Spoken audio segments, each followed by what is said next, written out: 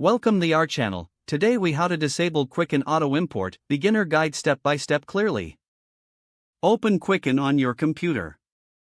Navigate to the Preferences option. You can find this in the Edit menu for Windows users.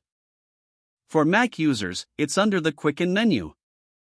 Once in the Preferences window, look for the Downloaded Transactions section. Click on it to access the settings.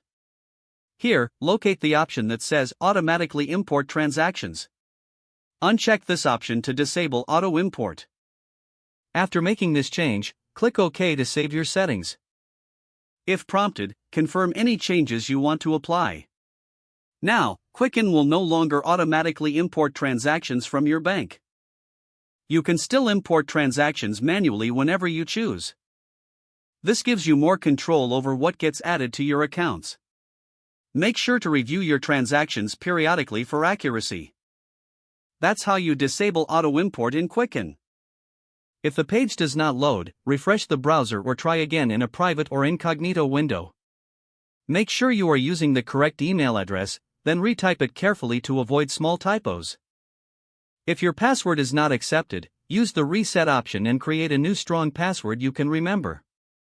Check your spam folder for verification or security emails, then complete any requested confirmation steps. Enable two-factor authentication if available to improve account security and reduce unauthorized access risk. After signing in, review your profile details so your contact information and settings are accurate and current. If you see an error message, note it down and try again after restarting your device and internet connection.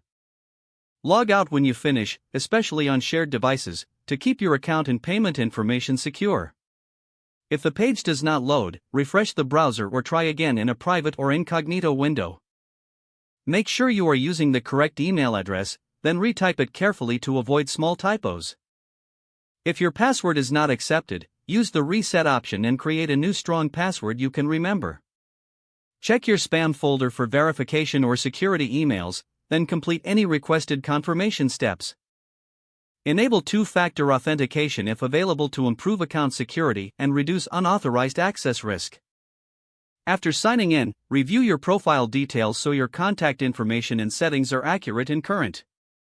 Don't forget to like this video and subscribe to our channel for more step-by-step tech guides.